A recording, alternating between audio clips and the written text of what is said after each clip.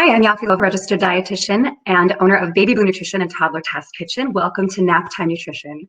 Today we're going to be talking about food rotting in your stomach or intestines. Last week I talked about feeding starches to kids under the age of 2 or 1, whatever rumor you heard, and I talked about why it's perfectly fine to give kids starch as a first food or among the first foods. So you can go back and check that out.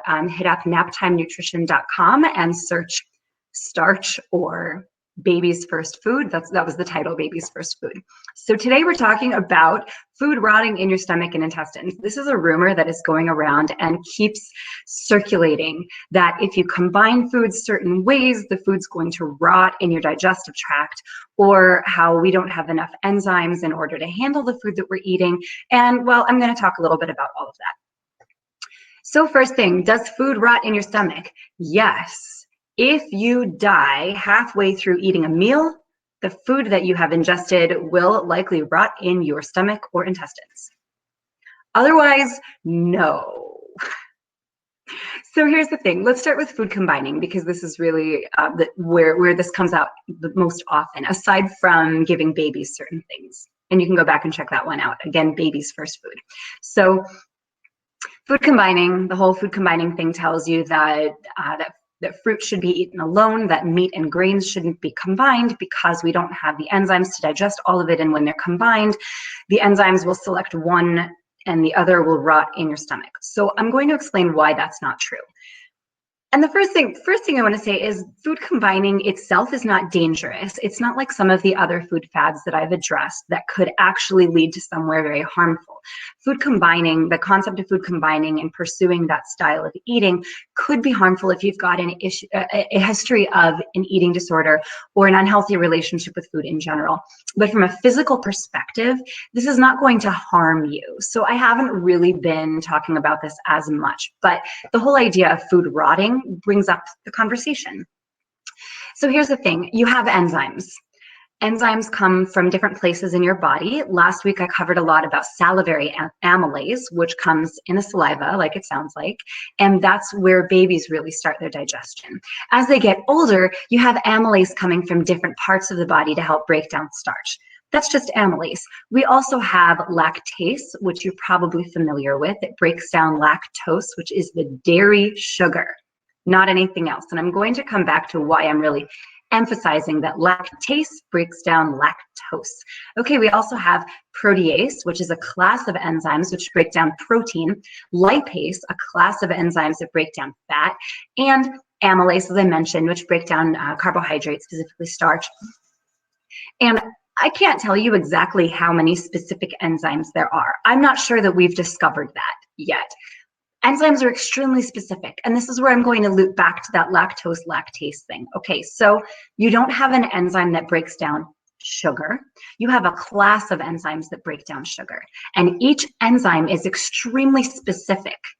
You know, so here I have a pen. A pen can write, but a pen can't take the place of a crayon or a marker or eyeliner. I mean, except in very specific and unusual circumstances where you're really out of eyeliner and you need to use a pen instead. But what I'm saying is that enzymes have a very specific job. Lactase breaks down lactose. No other kind of sugar. Each enzyme is very specific. I know I've said that a few times. Why? Because I'm telling you that fruits and grains are not broken down by the same enzymes, which means that if you have both in your system, you have both in your digestive tract, the appropriate enzymes will be released to break down those foods that are present in your digestive tract.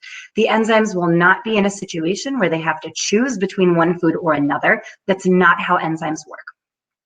Do you have enough enzymes in your system? Well, I also did another Nap Time Nutrition on taking enzymes as a pill. And if you go to naptimenutrition.com and do a search for enzymes, it's going to pull up this one as well as that one. And you can see where I'm talking specifically about, do you need to take an enzyme? And I'll get into that a little bit here, but that one really gets more into it, whether you need to buy an enzyme to take over the counter. There are There are prescription enzymes for situations like pancreatitis, like cystic fibrosis, and there are other medical situations that may require a pill for enzyme, an external enzyme source. There are some over-the-counter ones that are available that are not FDA regulated. They could interfere with medications you may be on. For example, a common source of over-the-counter digestive enzyme is bromelain, which is found in pineapple. You're not going to have a problem having some pineapple, but if you were to take bromelain in a concentrated pill, you could have interactions if you're on a blood thinner. This is why if you're having digestive discomfort and you want to think about taking a digestive enzyme, talk to your doctor about it. Talk to a pharmacist who knows what you're on. You have to talk to someone who sees your entire picture, who sees your medical chart and can give you advice based on you, your biology, and your health status. Okay, rant over. If you're interested in finding out more about taking a pill that's an enzyme pill, go check out that Naptime Nutrition. So another concept with food combining is that pH levels and enzymes neutralize each other. There are a lot of different body systems that control the enzymes that are pushed out into your digestive tract and the pH level of the different parts of your digestive tract. It's very interesting now when people are with the whole keto thing, they're trying to regulate their pH. Well, your pH in different parts of your body is different. The pH of your mouth is different than the pH of your stomach, is different than the pH of your intestines, and that's all by design. Your stomach is very acidic, and the distal part of your small intestine, the first part where your stomach dumps out initially into your small intestine, is also acidic. That acid is there for a reason. It's to help you digest certain things. For instance, a lot of micronutrients need a very specific environment in which to be absorbed. And if you alter your pH, for instance, if you take Tums, it's supposed to neutralize your stomach acid. Great, so you might not have reflux, but you're also not going to absorb certain nutrients the right way. And that's a whole other conversation about regulating your pH.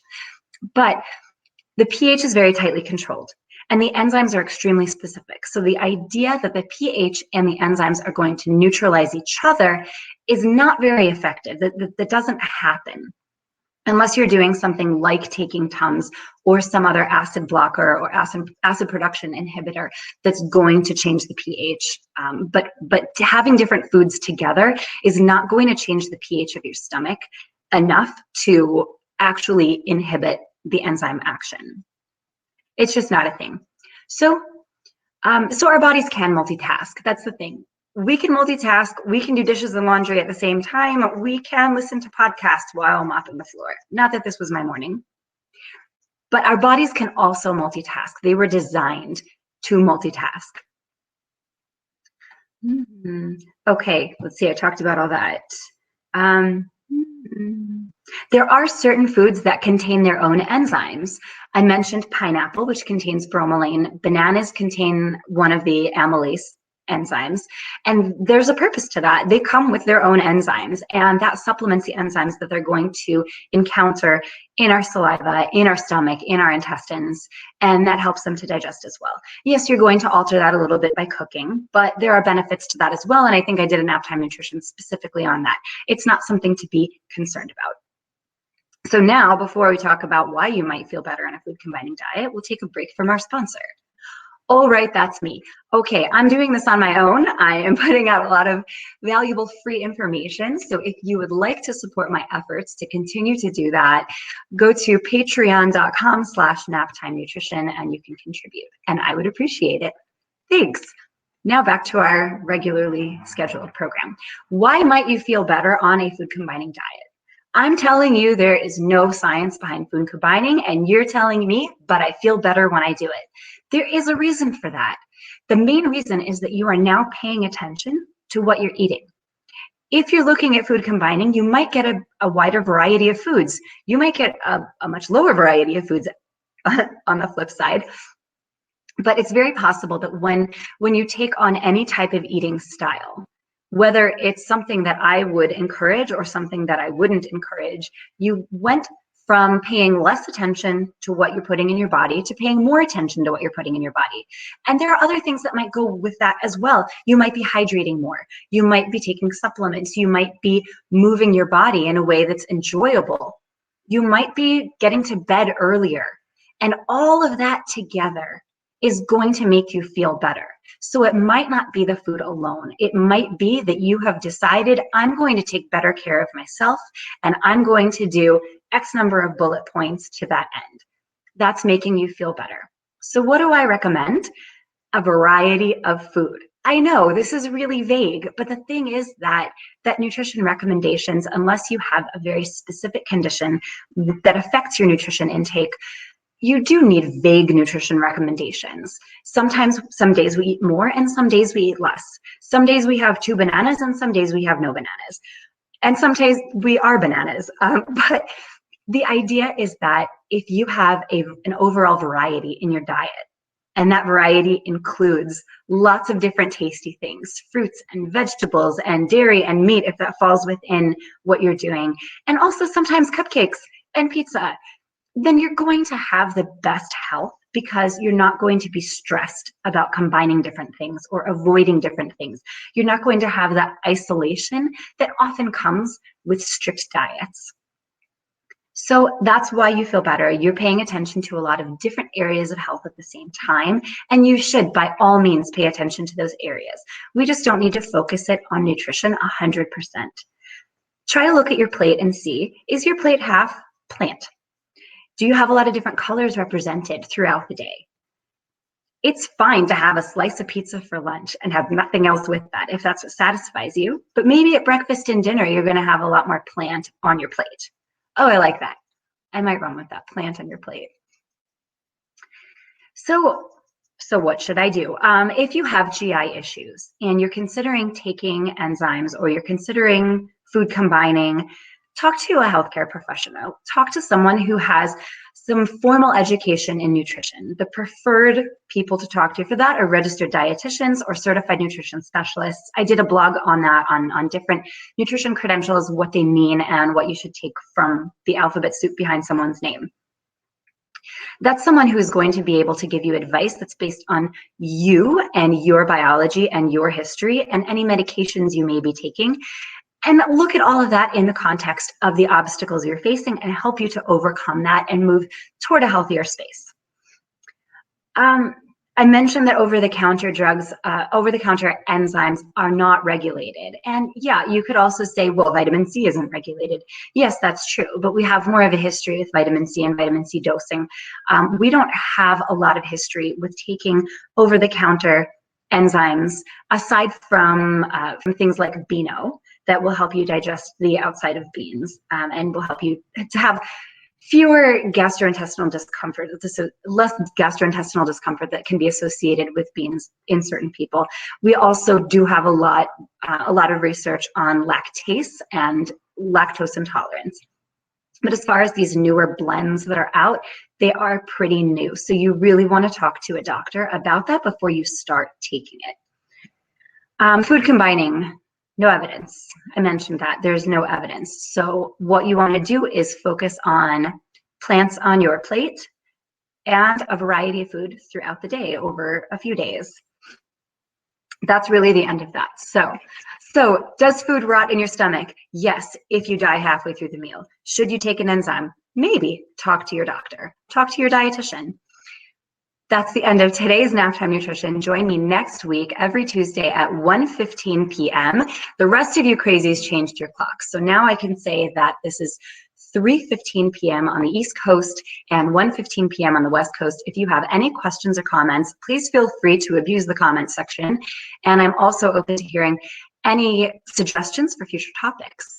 Thank you, and watch me on naptimenutrition.com. I'll be here next week. Oh, and if you are a Phoenix local, come join me at Toddler Test Kitchen. We've been having a blast making lettuce wraps and veggie sushi and fruit ice cream and all kinds of fun stuff. And we did soda last week. It's been a lot of fun. So check out toddlertestkitchen.net for all of the dates and registration links. I hope to see you soon. Let's make something delicious together. See you next week on Naptime Nutrition.